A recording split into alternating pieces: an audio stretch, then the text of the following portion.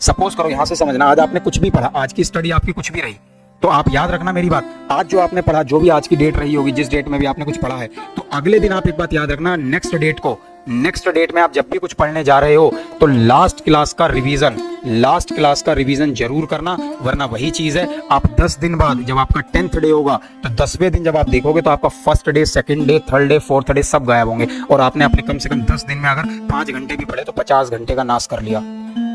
तो मेरी बात समझ रहे हो? आप अगर रोज 1 घंटा पढ़ रहे हो और अगले दिन उसको रिवाइज कर रहे हो आधा घंटा, और फिर अगले दिन आधा घंटा, तो आप एक दिन जब 5 घंटे पढ़ोगे और 5 घंटे रिवीजन करोगे ना, तो मुझे नहीं लगता ऐसा कोई कॉन्सेप्ट है जो आपकी निगाह से बाहर होगा। ये पॉइंट अपने दिमाग में बैठा लो। मींस आपको कैसे पढ़ना, क्यूमुलेटिव स्टडी ये करनी है आपको।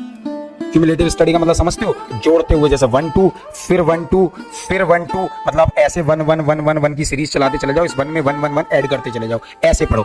ये नहीं कि आज 1 2 हो गया, कल को 3 4 हो गया, परसों को 5 6 हो गया, तो 1 तो कभी कहीं मिलेगा ही नहीं आपको। आप समझने की कोशिश नहीं कर रहे हो मुझे, समझे बच्चों? तो वही चीज मैं आपसे कह रहा हूँ, धीरे बढ़ते चले जाओ, अच्छा कर लोगे। लेकिन अगर आप रिवीजन नहीं करोगे तो आप बेकार हो जाओगे, ये मेरी बात दिमाग में बैठा लेना, और बहुत अच्छे से बैठा लेना अगर आपको बढ़ना है तो। दूसरी बात, चैनल की कम्युनिटी पे क्वेश्चंस आने लगे हैं।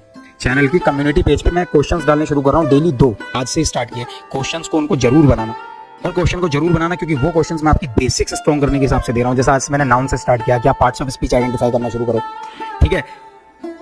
समझ गए दोस्तों? अब एक सवाल बड़ा अच्छा पूछा अमन ने कि सर एग्जाम के टाइम पर कॉन्फिडेंस कैसे गेन करें, तो इसका जवाब सुन लो।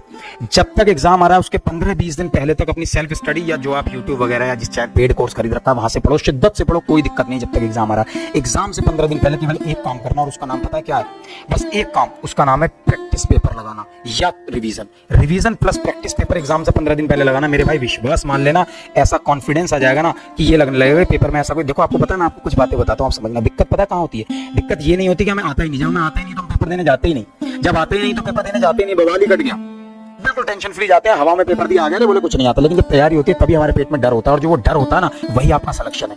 वो डर ही आपकी स्ट्रेंथ है। कहने का क्या मतलब है? जब आपको आता है तो आपके पास 2 ऑप्शन है, इधर डू और डाई, और डू ये रहा, डाई ये रहा। ये आपको पीछे से डंडा करेगा, आपको ऐसे ऐसे पकड़ेगा, पीछे से आपको ऐसे डंडा करके पीछे खींचने की कोशिश करेगा, लेकिन ये कहेगा नहीं तूने मेहनत करी है, तू निकाल लेगा। तो वही प्रेशर है जो आपकी प्रैक्टिस है, क्योंकि ये प्रैक्टिस जिस समय आपने कर रखी होगी, यही प्रैक्टिस ऐसी होगी जो आपको उस समय पर, एग्जाम टाइम पर, आपको सबसे ज्यादा हेल्प करने वाली है। क्यों? क्योंकि इससे प्रैक्टिस से आपके अंदर जो एक चीज निकल के आएगी, उसका नाम होगा कॉन्फिडेंस, जिसको आपको मैंने एक चीज बताई है, करत करत अभ्यास ते जन्मत होत सुजान। मतलब the more you practice the more you learn. करत करत अभ्यास ते जन्मत होत सुजान। जितनी ज्यादा आप प्रैक्टिस करोगे उतना ही परफेक्ट होगे।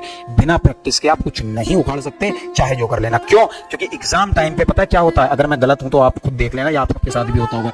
जब आप पढ़ रहे हो आपको लगता है हमें सब आता है, हम सब कर लेंगे, बहुत टॉप मार देंगे, हम ये कर देंगे, वो कर देंगे, इसमें बिल्कुल गलत नहीं हो। लेकिन जिस टाइम हमारा एग्जाम का टाइम आता है, ऐसा लगता है सब भूल गए, ऐसा लगता है सब भूल गए। क्यों भूल गए? क्योंकि आपने उसको पीछे से प्रैक्टिस कराई नहीं। और फिर एग्जाम टाइम पे आपके ऊपर एक प्रेशर नाम का वर्ड भी होता है, और वो प्रेशर आपकी खोपड़ी पे हावी होता रहता है। वो प्रेशर आपका जो सिर है ना, ये है ना, ये सिर के ऊपर ही आपके हावी होता रहता है, और उस समय पे आपको ऐसा लगता है आपने जितना भी पढ़ा है वो सब बेकार है। और वही चीज एग्जाम हॉल के अंदर आपके अंदर नर्वसनेस पैदा कर देती है, और यही नर्वसनेस आपके रिजेक्शन का कारण बनती है।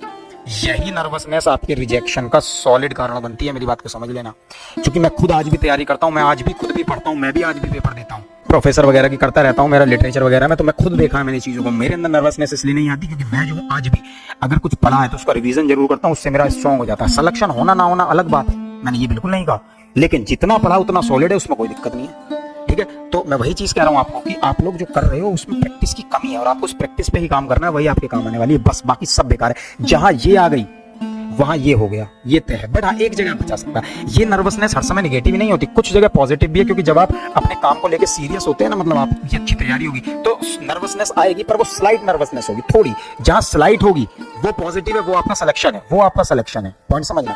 लेकिन जहां स्लाइट ना होकर उसकी डिग्री पीक हो गया, जहां वो पीक हो गई, तो फिर आपके ऊपर वो हावी हो गई, फिर आपको रिजेक्शन से कोई नहीं रोक सकता, चाहे दुनिया की कोई भी देखो। तो ये आप भी समझ गए, और मैंने तो आपको बहुत क्लियर बात बता दी।